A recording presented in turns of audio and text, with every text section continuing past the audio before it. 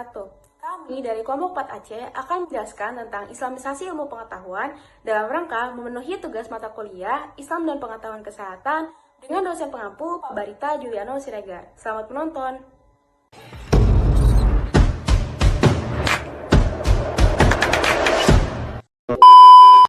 Assalamualaikum warahmatullahi wabarakatuh. Halo, kami dari kelompok Aceh. Halo, nama saya Putri Oktaviani dengan NIM 016. Saya Riana Salsabila dengan NIM 17. Nama saya Sabrina Nur Syarifah, NIM 018. Perkenalkan, saya Septia Restiani dengan NIM 019. Nama saya Sabira Nuha dengan NIM 020. Baik teman-teman, apa sih ilmu pengetahuan itu? Menurut arti kata yang sebenarnya, pengetahuan merupakan hasil dari proses tahu, mengetahui, dan ini merupakan suatu kegiatan jiwa. Dan tentunya pengetahuan yang dikumpulkan menurut suatu aturan tertentu menjadi kekayaan yang disebut dengan ilmu.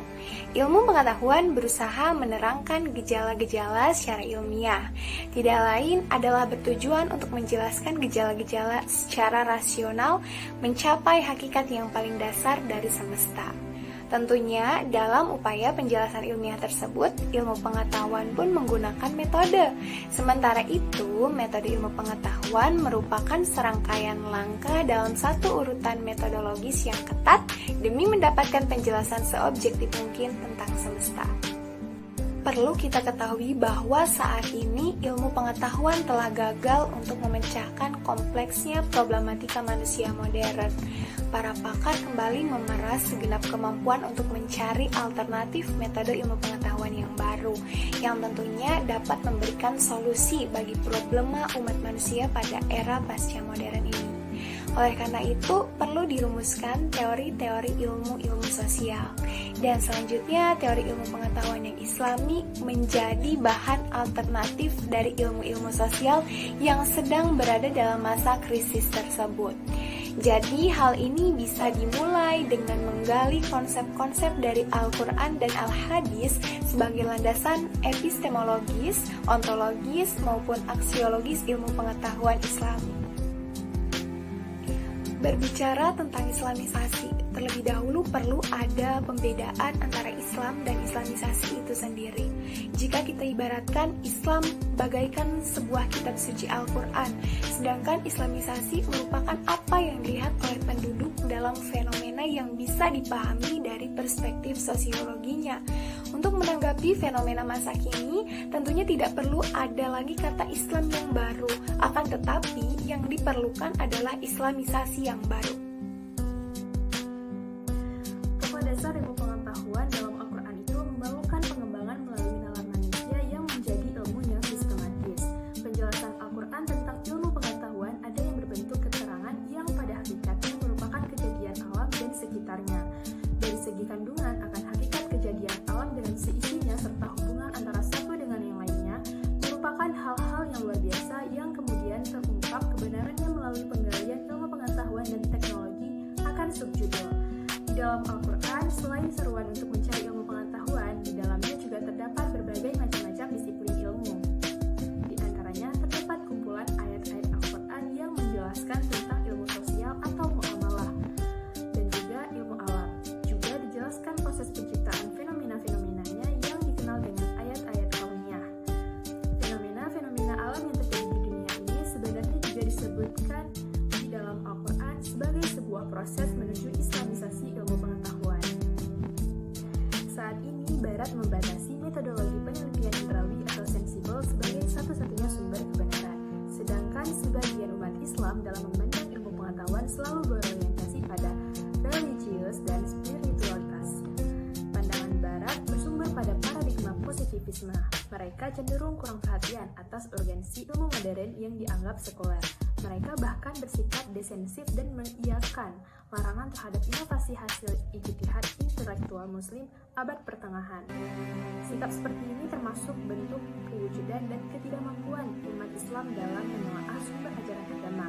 Kondisi umat Islam yang bersifat konservativitas akan menyebabkan timbul jurang pemisah antara wahyu dan akal, serta pikiran dan tindakan, dan pemikiran dan kultur yang berdampak pada kemandirikan ilmu pengetahuan di kalangan umat Islam.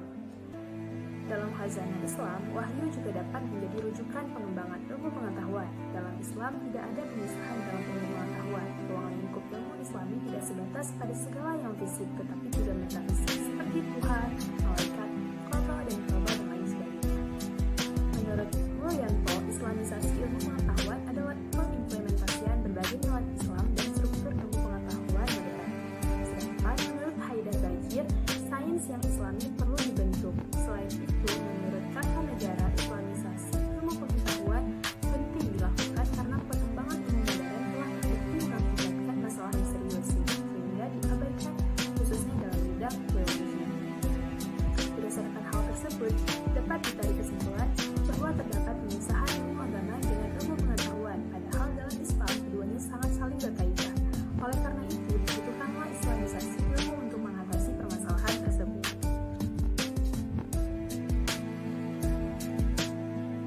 Pengenalan Islamisasi ilmu pengetahuan.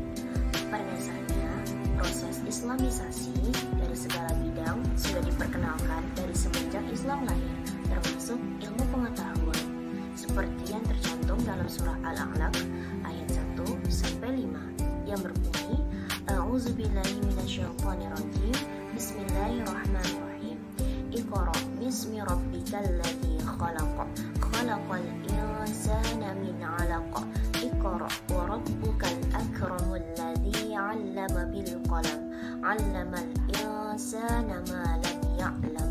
Yang artinya, bacalah dengan menyebut nama Tuhanmu yang menciptakan. Dia telah menciptakan manusia dari segumpal darah. Bacalah, dan Tuhanmu lah yang maha mulia, yang mengajar manusia dengan pena. Dia mengajarkan manusia apa yang tidak diketahuinya. Quran Surah Al-Alaq ayat 1-5. Islamisasi ilmu pengetahuan merupakan sebuah aksi untuk menghasilkan ilmu pengetahuan yang islami atau yang disebut dengan Al-Ma'rifah Al-Islamiyah, merupakan ilmu pengetahuan yang bersumber pada nilai-nilai wahyu dan tujuan-tujuan kerasulan dan berkaitan dengan segala yang benar dari warisan umat dan para ulama serta pemikirannya sepanjang zaman. Pengetahuan yang islami dalam pandangan Al-Faruqi merupakan hasil perpaduan antara wahyu dengan akal dalam merespon persoalan kehidupan manusia. Dengan demikian, Islamisasi ilmu pengetahuan dimaksudkan sebagai upaya untuk memaksimalkan kemampuan akal, pemikiran, dan metode orang Islam untuk merespon kehidupan, kebutuhan umat, dan tantangannya. Kemudian memberikan potensi, bekal pemikiran, perspektif, metode, pemikiran, dan budaya yang seharusnya untuk mensukseskan perjalanan serius membangun sistem-sistem ilmu pengetahuan.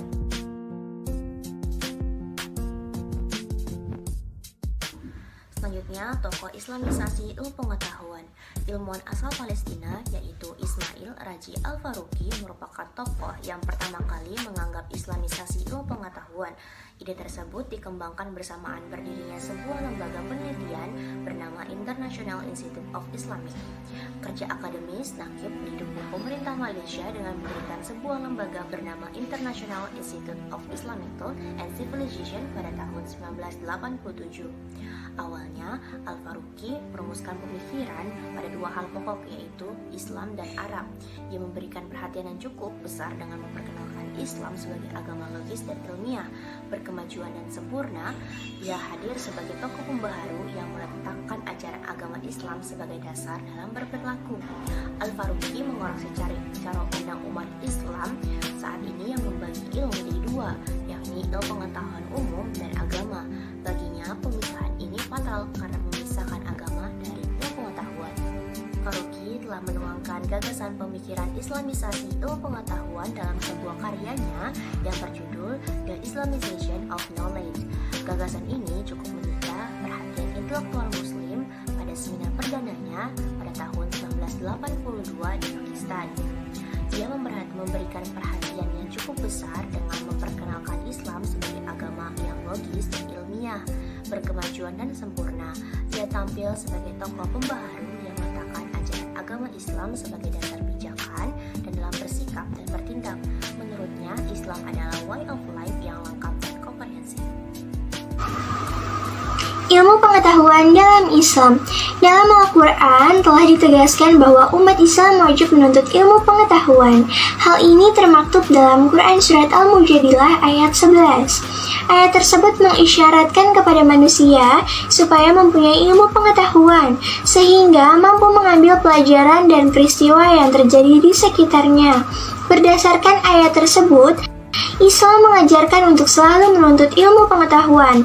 Terkait dengan pengetahuan, para cendekiawan muslim telah berusaha merumuskan posisi ilmu pengetahuan dalam konsep Islam. Al-Ghazali menetapkan 3 kriteria analisis, yakni yang pertama yaitu sumber pengetahuan berasal dari wahyu dan pengetahuan yang tidak berasal dari wahyu.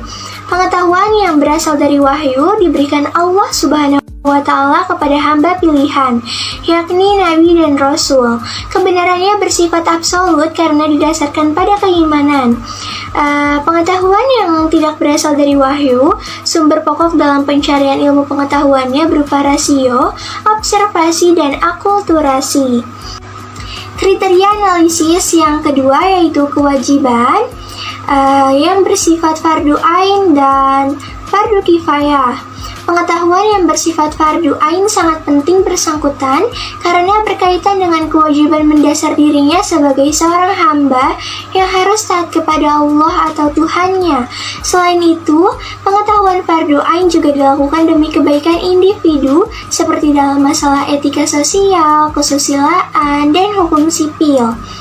Sedangkan fardu kifayah, pengetahuan yang bersifat fardu kifayah bersifat diwajibkan untuk sebagian kelompok individu. Pengetahuan ini penting bagi kelompok masyarakat yang mempunyai peran penting dalam kehidupan seperti petani, dokter, arsitektur, teknisi mesin, dan lain-lain. Kriteria analisis yang ketiga yaitu fungsi sosial. Ada ilmu yang harus dihargai dan ada ilmu yang harus dihindari. Ilmu yang harus dihargai mempunyai manfaat sehingga tidak boleh diabaikan. Keberadaannya mungkin mempunyai keterkaitan dan peran yang penting dengan berbagai aktivitas kehidupan. Sedangkan ilmu yang harus dihindari tidak memiliki nilai manfaat kepada diri sendiri dan orang lain. Ilmu pengetahuan yang termasuk dalam kategori ini adalah terapi aversi, magis, astrologi, studi tentang penyiksaan, dan lain-lain. Baik, selanjutnya adalah pendekatan islamisasi ilmu pengetahuan. Saat ini, pendidikan telah terdikotomi menjadi 2 bagian yang saling berlawanan satu sama lain, yakni pendidikan agama dan sains modern. Nah, adanya sekularisme menyebabkan ilmu pengetahuan menjadi tidak sempurna. Menurut Al-Faruqi, prinsip ketauhidan dalam Islam seharusnya diterapkan dalam ilmu pengetahuan. Allah adalah pencipta alam semesta. Dalam kaitannya dengan hal tersebut, pemahaman ini berimplikasi bahwa sudah seharusnya ilmu pengetahuan yang diterapkan oleh manusia digunakan untuk memahami realitas integral yang utuh dan tidak terpisah. Nah, terdapat 3 pendekatan dalam melakukan islamisasi ilmu pengetahuan. Yang pertama adalah pendekatan labelisasi atau ayatisasi, yang kedua adalah pendekatan aksiologis, dan yang ketiga adalah pendekatan penerapan nilai Islam dan konsep tauhid. Nah, jadi menurut Al-Faruqi memaknai ilmu pengetahuan harus dibangun dengan paradigma Islam yang berdasarkan konsep ajaran Islam. Nah, dalam Islam, perkembangan keilmuan seseorang harus berbanding lurus dengan perkembangan keimanannya.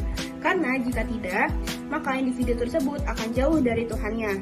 Nah, dalam rangka mewujudkan cita-cita mulia dari Al-Faruqi, yakni berupa islamisasi ilmu pengetahuan, Al-Faruqi merumuskan 3 cabang konsep sebuah ilmu pengetahuan, yakni ontologis, yaitu konsep tentang apa, lalu epistemologis, tentang bagaimana cara, dan aksiologis, yakni aspek nilai, agar tidak terlepas dari spirit Islam. Nah, hal ini bukanlah perkara yang mustahil untuk dilakukan. Intelektual muslim pada zaman klasik telah membuktikan bahwa terhadap penguasaan tersebut melalui karya-karya mereka yang hebat. Nah, Al-Faruqi telah merumuskan langkah sistematis yang perlu dilakukan oleh ilmuwan muslim dalam rangka islamisasi ilmu pengetahuan. Yang pertama adalah kemampuan pengetahuan ilmu modern. Yang kedua adalah menentukan batasan disiplin ilmu. Yang ketiga adalah pemahaman komprehensif khazanah atau turut Islam yang bermakna hubungan antara konsep Islam dengan objek material maupun formal sebuah ilmu pengetahuan. Lalu analisis. Nah, langkah ini dimulai dengan kajian turut Islam berupa latar historis sebuah peristiwa, meliputi kondisi sosial, politik, ekonomi, dan budaya, serta keterkaitannya dengan berbagai bidang kehidupan manusia. Lalu ada menentukan hubungan antara konsep Islam dengan disiplin ilmu pengetahuan yang sedang dikaji. Melakukan analisis kritis ilmu sains modern terhadap perkembangan permasalahan kekinian. Melakukan penelitian terhadap masalah yang sedang dihadapi umat Islam. Lalu, melakukan telaah terhadap kondisi permasalahan yang sedang dihadapi umat manusia. Melakukan analisis lanjutan dari tahap sebelumnya dan sintesis. Melakukan sinergi antara konsep ilmu sains modern dengan konsep ajaran Islam. Nah, menuangkan gagasan tersebut menjadi buku ajar di tingkat perguruan tinggi. Lalu ada juga melakukan seminar dengan tujuan menyebarluaskan konsep yang diislamisasikan. Islam itself has never considered that there is any real contradiction between science and religion. The late Professor Ismail Faruqi was a highly respected authority on Islamic studies. To be a Muslim is to be a scientist, because you cannot be a Muslim if you